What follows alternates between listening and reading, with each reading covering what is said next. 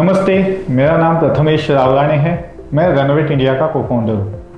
नमस्ते, मेरा नाम आलोक कदम है। मैं रेनोवेट इंडिया का को फाउंडर हूँ। कुछ जो ग्रासरूट एनजीओस थे उनको हमने कंसल्टेंसी देना शुरुआत की थी, जो काफी अच्छा काम करते थे। उनके कॉन्सेप्ट काफी यूनिक थे, लेकिन मैनेजमेंट के कॉन्सेप्ट न होने के कारण या मैनेजमेंट के एस्पेक्ट्स उसमें इंक्लूड न होने के कारण कहीं ना कहीं वो स्टक हो जाते थे। मैनेजमेंट कंसेप्ट हमें उन्हें सिखाना था, तो वो मैनेजमेंट कंसेप्ट जब हम सिखाने गए तो वो करते करते बहुत सारी चीज़ें हमने भी उनसे सीखी कि ग्रास रूट लेवल पे किस तरह से काम हो रहा है। तो हमने सोचा कि इसको ही हम आगे लेके जाते हैं, और रेनोवेट इंडिया की शुरुआत मुझे लगता है वहाँ से हमने अच्छी तरह से नींव बनाना शुरू की। जैसे एक टिपिकल नीड असेसमेंट होता है वो हमने शुरुआत की। इंडिया में 31 लाख एनजीओ है, इसमें भी अलग अलग लेयर्स है, क्योंकि एक पिरामिड उसमें दिखता है जिसमें काफी कम एनजीओस है वो जो नेशनल और इंटरनेशनल लेवल पे काम करते हैं। उसके बीच में जो लेवल है वो है स्टेट लेवल, और उसके नीचे जो एक बॉटम ऑफ पिरामिड जिसको हम बोलते हैं उसमें काफी एनजीओस आते हैं जो ग्रासरूट एनजीओस होते हैं, सीबीओस होते हैं। अभी ये ग्रासरूट एनजीओस के इश्यूज क्या है, इसके लिए हमने प्राइमरी स्टडी किया। उससे हमें ये पता चला कि काफी एनजीओस है जिनका काफी डेप्थ में काम है, लेकिन कहीं ना कहीं सिस्टम, प्रोसेस और डॉक्यूमेंटेशन के अभाव की वजह से वो अपना काम नेक्स्ट लेवल पे लेके जा नहीं पा रहे। ये जो छोटे छोटे कम्युनिटी से ऑर्गेनाइजेशन बिल्ड हो रही है, काम कर रहे हैं, तो उसके पीछे की वजह क्या है, उन्होंने ये काम क्यों शुरुआत की है। आइदर दे आर विक्टिम और witness of a particular issue, तो उन्होंने खुद देखा है या फिर खुद वो अनुभव किया है, तो उस इश्यूज को सॉल्व करने के लिए वो ऑर्गेनाइजेशन स्टार्ट करते हैं। और वो काफ़ी अच्छी तरह से वो शुरुआत करते हैं, 1 साल 2 साल 3 साल 4 साल, लेकिन जैसे जैसे वो प्रोफेशनली ऑर्गेनाइजेशन रन करने की ओर बढ़ते हैं तभी वो काफ़ी दिक्कत सहन करते हैं। जो काफी एस्टेब्लिश ऑर्गेनाइजेशन है या गवर्नमेंट मशीनरी है, वो अपने प्रोजेक्ट्स इंप्लीमेंट करने के लिए या वो लास्ट माइल रीच तक पहुंचाने के लिए कहीं ना कहीं ये ग्रासरूट एनजीओस और सीबीओस का ही हेल्प लेते हैं, मदद लेती है। लेकिन इनके कैपेसिटी बिल्डिंग के बारे में कोई बात नहीं कर रहा था, और इसी के लिए हमने अलग अलग मॉड्यूल्स डेव्हलप किए। नवीन संस्थांना मार्गदर्शन नसतं, डॉक्युमेंटेशन नसतात। आमच्याकडे काही नव्हतं, शून्य होतो, फक्त बचत गट करत होतो। तोपर्यंत मी बिग बाजार चे मोठ्या ऑर्डर्स मिळवल्या होत्या, त्या ऑर्डर्सवर महिलांना काम देत होती। परंतु संस्था म्हणून कशा पद्धतीने आपण सक्षम उभं राहिलं पाहिजे आणि आपली डॉक्युमेंटेशन फाईल कशी मजबूत असावी याच्यावर कसलंही मार्गदर्शन आम्हाला नव्हतं। 2015 ला रेनोवेट इंडियाशी जोडली, त्याचं पूर्ण 1 वर्षाचं ट्रेनिंग आम्ही अटेंड केलं, आणि जे शिकायला मिळालं त्या सगळ्या शिक्षणाचा आज खऱ्या अर्थाने आम्हाला त्याचा खूप उपयोग होतो। रेनोवेट इंडियाच्या माध्यमातून नंतर आम्हाला लगेचच 2016, 17, 18 साठी आम्हाला यूपीएल कंपनीकडून CSR मिळाला, CSR प्राप्त झाला। आणि खऱ्या अर्थाने CSR मिळाल्यानंतर एक संस्था कशी उभी राहते, तेव्हा आमचं स्वतःचं ऑफिस, स्टाफ, HR कसा असावा, HR ला सुद्धा रेनोवेट इंडियाच्या मार्फत प्रशिक्षण देण्यात आलं, मॅनेजर, अकाउंटंट। तर त्यामुळे खरोखर रेनोवेट इंडिया सारख्या संस्थांनी अनेक सीबीओंना आधार दिलेला आहे। एक 10 मंथ्स का कोर्स हमने डिजाइन किया, जो शुरुआत होता था विजन मिशन वैल्यूज से, उसके बाद पर्सपेक्टिव डेवलपमेंट आता था, लीगल कंप्लायंसेस आता था, HR पे हम फोकस करते थे, फाइनेंशियल मैनेजमेंट का एक मॉड्यूल हमने उसमें ऐड किया था, सोशल मीडिया का मॉड्यूल हमने ऐड किया था, और लास्टली जो काफी इंपॉर्टेंट है, project management and proposal writing, इसमें हमने ऐड किए थे। जो भी चैलेंजेस थे उसको एज अ सॉल्यूशन के तौर पे हमने ये सब मॉड्यूल्स उसमें ऐड किए थे। जो ये ट्रेनर्स थे या फिर जो एक्सपर्ट्स थे वो ऑलरेडी फील्ड में काम कर चुके थे, 10 साल 15 साल का एक्सपीरियंस उनका रहा था, और उन्हीं प्रैक्टिशनर्स को हमने ये सेशंस कंडक्ट करने के लिए बुलाया था।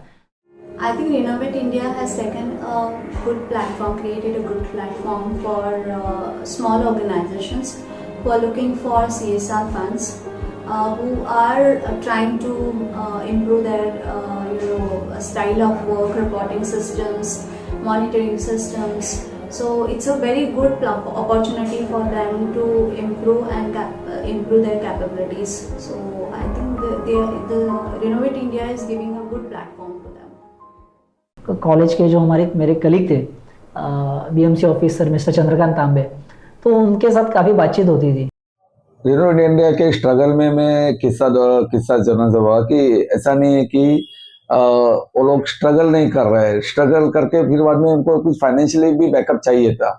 तो यूपीएल के जो सेंट्रल स्टॉक मैडम है वो मेरे परिचय के थे, और मैंने उनके पास उनका प्रपोजल पुटअप किया कि मैडम ये अपकमिंग एनजीओ है और मैं जानता हूँ काफी पैशनेट वे पे, काफी ऑनेस्टी लेवल पे ये एनजीओ सेक्टर के लिए काम कर रहे हैं। अगर आपका कुछ सहयोग उसमें रहेगा तो डेफिनेटली ये आगे कुछ कर पाएंगे। तो उन्होंने हमें डायरेक्टली यूपीएल कंपनी के जो चेयरमैन रहे हैं मैडम सैंड्रा मैडम, उनके साथ सामने बिठा दिया, और फिर हमारे पास एक ही मॉडल था कि एनजीओ कैपेसिटी बिल्डिंग वाला, तो हमने वही मॉडल उनके सामने रख दिया और बोल दिया कि हम ये काम करना चाहते हैं। और पता नहीं उन्होंने मतलब एक 10 या 15 मिनट्स भी नहीं लिए कि अच्छा ठीक है हम ये काम आपके साथ करेंगे। यूपीएल के अभी भी सीएसआर हेड पहले थे और अभी सस्टेनेबिलिटी हेड है मिस्टर ऋषि पठानिया। तो ऋषि सर ने काफ़ी अच्छा सपोर्ट दिया। फिर पहली बैच थी एनजीओ कैपेसिटी बिल्डिंग की, यूपीएल के माध्यम से ये हमने शुरू की। NGOs need capacity building. They need to have an agency to go to help them when they are working. Renovate India, it has done remarkable work in the last 10 years. It is set and ready to do very good work in the future. It wants to spread this whole concept throughout India. I wish this organization all the very best. I think what you're doing is amazing, and I'm very, very happy that I had something to do with it in the beginning. So my खूब आशीर्वाद। 10 months का ये course काफ़ी अच्छे से implement हो रहा था। इसी दौरान जो एस्टैब्लिश ऑर्गेनाइजेशंस थे उनके तरफ से कुछ नीड्स आना स्टार्ट हो गए। हालांकि उनको कोई ट्रेनिंग की ज़रूरत नहीं थी, बट उनको कुछ सर्विसेज चाहिए थे। एका मोठ्या प्रकल्पामध्ये जो आम्ही महाराष्ट्रातल्या 27 शाळांमध्ये एका वेळेला केलेला होता, त्या प्रकल्पांचं इम्पॅक्ट असेसमेंट करण्याची ज्या वेळेला आम्हाला विनंती करण्यात आली, त्यावेळेला आम्ही परत रिनोव्हेट इंडियाकडे गेलो आणि त्यांच्याकडून आम्ही ते जे सर्वेक्षण आहे ते आम्ही पूर्ण करून घेतलं, इम्पॅक्ट असेसमेंट पूर्ण करून घेतलं आणि ते आम्हालाही खूप पसंत पडलं आणि कंपनीलाही ते फार उपयोगी अशा प्रकारचं ठरलं। जैसे प्रथमेश ने कहा कि ऑर्गेनाइजेशन डेवलपमेंट प्रोग्राम ODP करके हमने ये सर्विस शुरू की, उसी तरीके से कि हमने जो एनजीओ कैपेसिटी बिल्डिंग के मॉड्यूल्स बनाए थे, तो बहुत बार कैसे होता था कि पूरे मॉड्यूल या फिर 10 मंथ्स का कोर्स सभी को चाहिए नहीं था। तो हमने फिर लर्निंग एंड डेवलपमेंट प्रोग्राम, ये हमारी नेक्स्ट वर्टिकल की शुरुआत की, जहाँ पर हम एक 1 डे का कैप्सूल वर्कशॉप लेते थे, जहाँ पर 2 आवर्स 3 आवर्स का वर्कशॉप होता था। सेशंस हम कंडक्ट करते थे, एक्सपर्ट्स बुलाते थे, और वहाँ पर जो एनजीओज के ट्रस्टी होते थे या फिर एग्जीक्यूटिव होते थे वो आके वो सेशंस अटेंड करते थे। और ये जो सर्विसेज हमने डेवलप किए थे इनको काफ़ी अच्छा रिस्पॉन्स मिल रहा था और हम भी काफ़ी ग्रो कर रहे थे। I learned a lot of things as a project manager should use in her or his expertise or in the field area, and a lot of monitoring and evaluation sheets and tools were also being shared by the facilitator. So that was a really commendable job given by Renovate India. So I think Renovate India should keep on organizing such kind of workshops in future to strengthen the NGOs and also the community-based organization. तो vision हमारा क्या था कि every social organisation is sustainable, performing well and creating social change. तो ये जो ODP की service थी उसमें जो एनजीओस थे उनकी डिपेंडेंसी हम पे काफी हाई होने लगी, और फिर हमने काफी सोचने के बाद, काफी डिस्कस करने के बाद ये जो ODP ये सर्विस है हमने स्लो डाउन की और वो हमने धीरे धीरे बंद कर दी। तो उसी तरह से रिनोवेट इंडिया के भी खुद के सिस्टम और प्रोसेस सेट हो गए थे जो काफ़ी ज़रूरी थी किसी भी ऑर्गेनाइजेशन को लॉन्ग टर्म सस्टेनेबिलिटी के लिए। तो दोस्तों रिनोवेट इंडिया की गाड़ी तो काफ़ी अच्छी तरह से चल रही थी, लेकिन 2020 में अचानक एक मोड़ आया, और ये मोड़ था कोविड का। कोविड में पूरी दुनिया एक थम सी गई थी, लेकिन हमने काम नहीं रुकाया था क्योंकि हमारे भीतर का जो एक सोशल एंटरप्रेन्योर था वो हमें चुप बैठने नहीं दे रहा था। हमारी स्ट्रेंथ क्या थी कि हमारा ग्रासरूट एनजीओस के साथ कनेक्ट काफी अच्छा था। तो हमने सोचा कि यही रैपो को, यही कॉन्टैक्ट्स को, यही कनेक्ट को हम क्यों ना ये कोविड रिलीफ में हम यूज करें। इसमें हमने शुरुआती दौर पे जब भी मास्क की कमी थी तभी हमने ग्लेरमा फाउंडेशन के साथ एक प्रोजेक्ट डिजाइन किया जिसमें हमने करीब करीब 1 लाख मास्क डेवलप किए। और ये मास्क हमने सिर्फ डेवलप नहीं किए, ये हमने डिस्ट्रीब्यूट भी किए। और इनसे एक बेनिफिट ये भी हुआ, जो मास्क डेवलप कर रहे थे वो महिलाओं को भी कहीं ना कहीं एक लाइवलीहुड मिल गया। इसी के साथ कोलगेट कॉर्पोरेट के साथ हमने प्रोजेक्ट किए जिसमें हमने बच्चों को, क्योंकि तभी स्कूल्स बंद थे और ऑनलाइन का एक फेज आ गया था, तो हमने सुंदरम के ऐप बच्चों को देना स्टार्ट किया। तो ऐसे अलग अलग सर्विसेज, रिलीफ वर्क के सर्विसेज हमने शुरू किया। इसी के साथ साथ मुंबई जैसे एरिया में जैसे ट्रेन्स बंद थे तो नेक्स्ट जो मोड ऑफ ट्रांसपोर्ट था वो ऑटो रिक्शा था। और ऑटो रिक्शा में लोग बैठने के लिए डरते थे क्योंकि कहीं ना कहीं वो पैंडेमिक का एक डर उनमें था। तो हमने क्या किया, प्रोजेक्ट मुंबई के साथ एक प्रोजेक्ट डिजाइन किया जिसमें हमने ऑटो रिक्शा ड्राइवर और पैसेंजर के बीच में एक डिवाइडर के तौर पे एक प्लास्टिक कवर हमने लगाया था, जो जिसके वजह से ये पूरा जो पेंडेमिक है उसका जो एक वेव है वो कहीं ना कहीं वो हिट थोड़ा सा कम हो जाए। तो ऐसे अलग अलग प्रोजेक्ट्स हम डेवलप करते गए और उसको इम्प्लीमेंट करते गए। उसी के साथ साथ सोनी CSR और SGS ये दो कॉर्पोरेट के माध्यम से 10,000 फैमिली को हमने ग्रोसरी किट पहुंचाया था कोविड के दौरान। और ये 10,000 फैमिली तक पहुंचाने के लिए हमारा जो एनजीओ का नेटवर्क है उस माध्यम से ही हम वहाँ तक पहुँचे थे। तो इस तरह से ग्लेनमार्क हो गया है, कोलगेट हो गया, सुजय फाउंडेशन है, SGS है, सोनी CSR है। कोविड के दौरान रिनोवेट इंडिया ने ये अलग अलग कैंपेन चलाए थे जिसको हम रिलीफ वर्क बोल सकते हैं, कि जब भी ज़रूरत काफ़ी थी उस रिलीफ वर्क की, और वो कैंपेन हमने सक्सेसफुली डिज़ाइन किए, प्लान किए और वो डिलीवर भी किए with the help of grassroot NGO only, क्योंकि हमारी वो स्ट्रेंथ बनती जा रही थी। और तभी कोविड के दरम्यान हम अगर देखेंगे तो लास्ट माइल रीच तक या फिर कम्युनिटी में जो काम करने वाले हाथ थे वो कम्युनिटी ऑर्गेनाइजेशन हमारे ग्रासरूट एनजीओ की ही थी। तो काफ़ी अच्छा ये कैंपेन चला और जहाँ जहाँ पर ज़रूरत थी कम्युनिटी में हमारे ग्रासरूट एनजीओ ने काफ़ी अच्छा काम किया वहाँ पर, और लोगों को उस डिजास्टर से बचाने के लिए या फिर उस रिलीफ वर्क में काफ़ी अच्छी तरह से मेहनत लेके लोगों को मदद की थी। Somewhere it was time to think hard, think deep and reflect। और उसी वक्त एक माइलस्टोन आया जहाँ लोकल बोध एकेडमी का इनोवेटिव आविष्कार हुआ। हमारी पूरी टीम बहुत उत्साहित थी। आलोक और प्रथमेश का 10 साल पहले जो सपना था वो कहीं ना कहीं इस प्लेटफॉर्म के थ्रू पूरा होने वाला था। While we limited only to Mumbai or Maharashtra, we had a huge dream, a great vision and mission in our hands. It was to reach out to each and every NGO pan-India, from Kashmir to Kanyakumari, east to west, north to south. This was our vision and GB Academy gave us that platform. Renovate India is very grateful and thankful to the IIFL Foundation and Madhu Jain ma'am, who have always encouraged and supported us in this unique intervention that reaches out to grassroots NGOs and CBOs.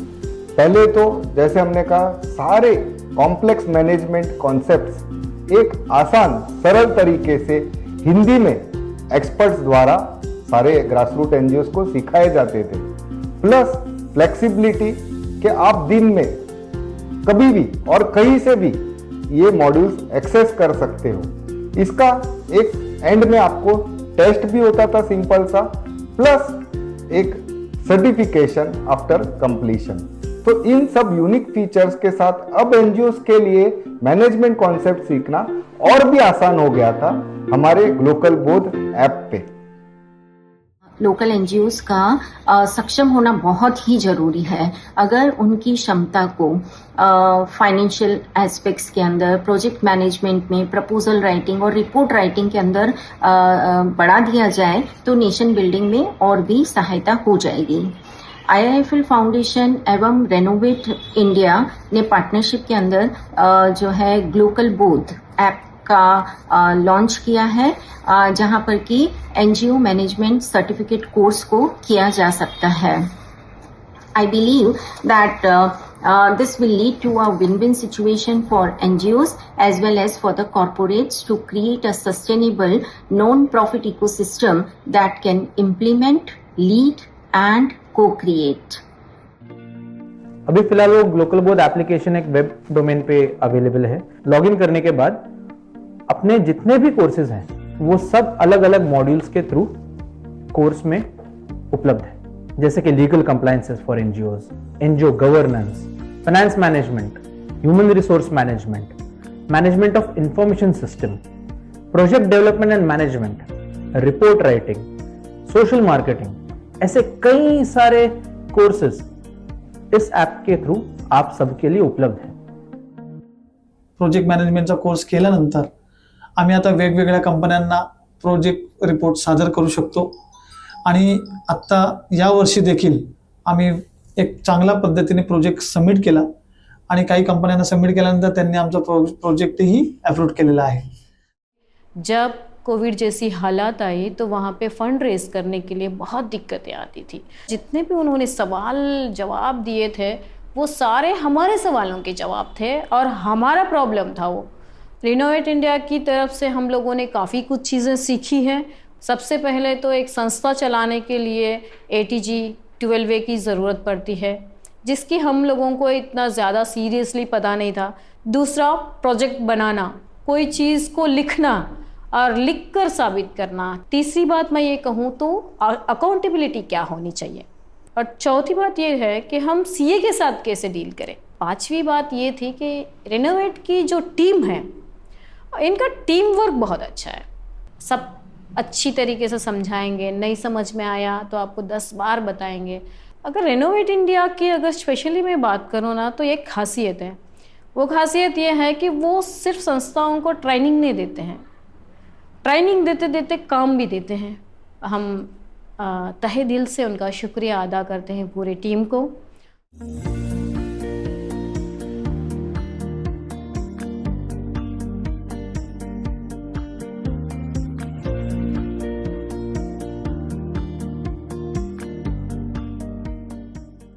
The journey of CSR started in the year 2021. The first project that we got for this was from Colgate. Colgate, through a CSR initiative, decided to support disability. And we created a successful project proposal which was approved, and we were able to implement the project in a very successful way and complete the project. The CSR project development and management services started gaining momentum. Various corporates started approaching us for these services. Corporates like Mosambik, Metro and many others started coming in and asking us to implement various CSR projects. The projects that we did were school renovation, solar installations, digital education and social schemes for the people, and many other such kind of programs we did for the community development pan-India. So in 2022-23, we have partnered with Renovate India for one of our very important project, that is a disaster relief project.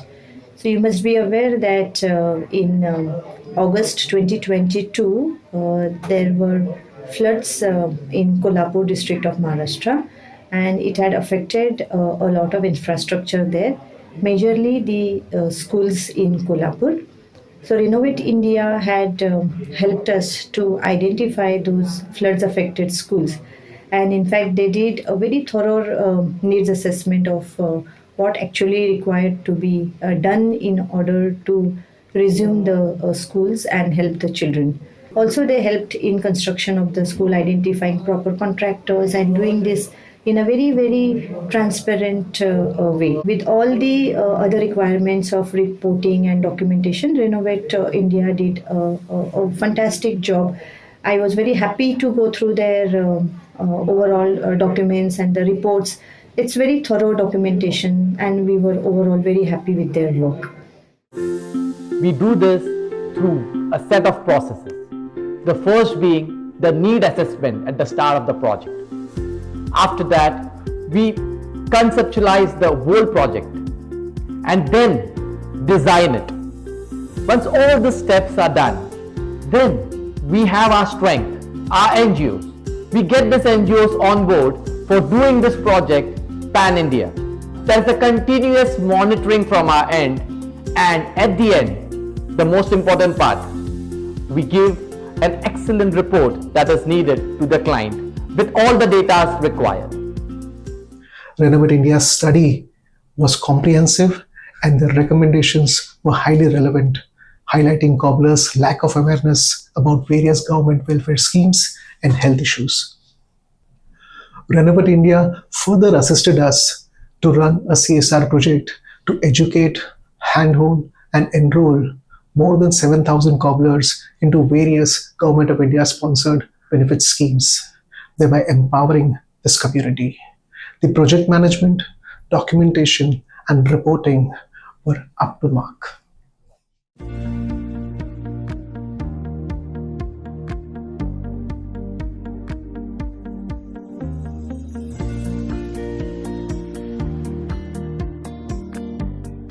Employee volunteering is a very interesting concept where big corporates want to deploy their employees into a social activity, a social cause where they can contribute to the society.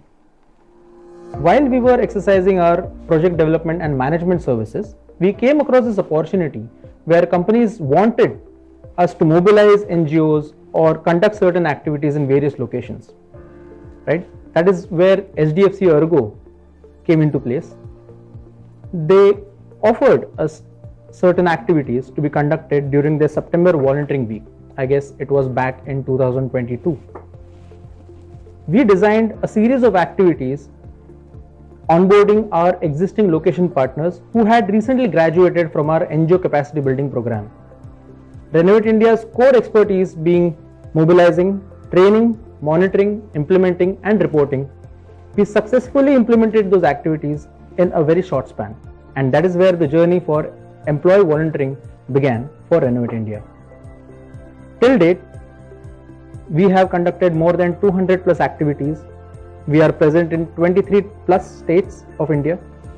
We have onboarded 50 plus NGOs, engaged 5,000 plus employees, and have impacted 36,000 plus beneficiaries across the nation. NCB NGO capacity building से ये journey की शुरुआत हुई। उसी के साथ साथ हमने उसमें CSR project development and management ये सर्विस ऐड हो गई, और जैसे कॉर्पोरेट के एंड से जो पुश था उसके लिए हमने एम्प्लॉय वॉलंटियरिंग भी ऐड कर दी, और साथ ही साथ जो रिसर्च जो डे 1 से अपना वर्टिकल था वो इसमें जरूर शामिल है।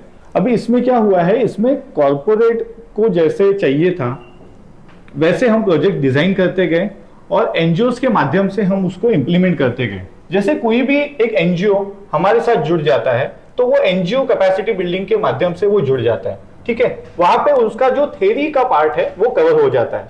उसके बाद जो वन डे एक्टिविटीज है जो एम्प्लॉय वॉलंटियरिंग के थ्रू हम करते हैं उसमें हम ये ग्रासरूट एनजीओस को शामिल करते हैं और उनको एंड टू एंड ये प्रोजेक्ट इंप्लीमेंट करने के लिए हम कहते हैं, जहां पे उनका वन डे एक्टिविटी कैसे डिजाइन करनी है, कैसे प्लान करनी है, कैसे इंप्लीमेंट करनी है, कैसे कॉर्पोरेट्स के साथ इंटरैक्शन करना है, ये सब चीजें वहां पे वो सीख जाते हैं।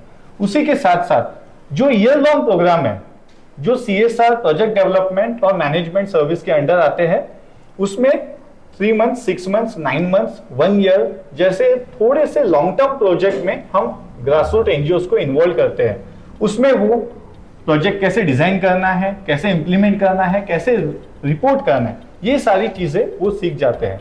इसी के साथ साथ रिसर्च वर्टिकल में भी हम डेटा कलेक्शन जैसे सर्विसेज को हम ग्रासरूट एनजीओस को उनको इन्वॉल्व करके डेटा कलेक्शन करवाते हैं, और जो भी knowledge through out the journey, through out the service वो सीख रहे हैं वो आगे जाके इम्प्लीमेंट करके खुद को ग्रो कर सकते हैं। जो ग्रासरूट एनजीओ हैं उनको मुझे लगता है कि सस्टेन बनाना और खुद के पैरों पर खड़ा करना ये रिनोवेटेड इंडिया का आने वाले 10 साल में बड़ा एक गोल रहेगा।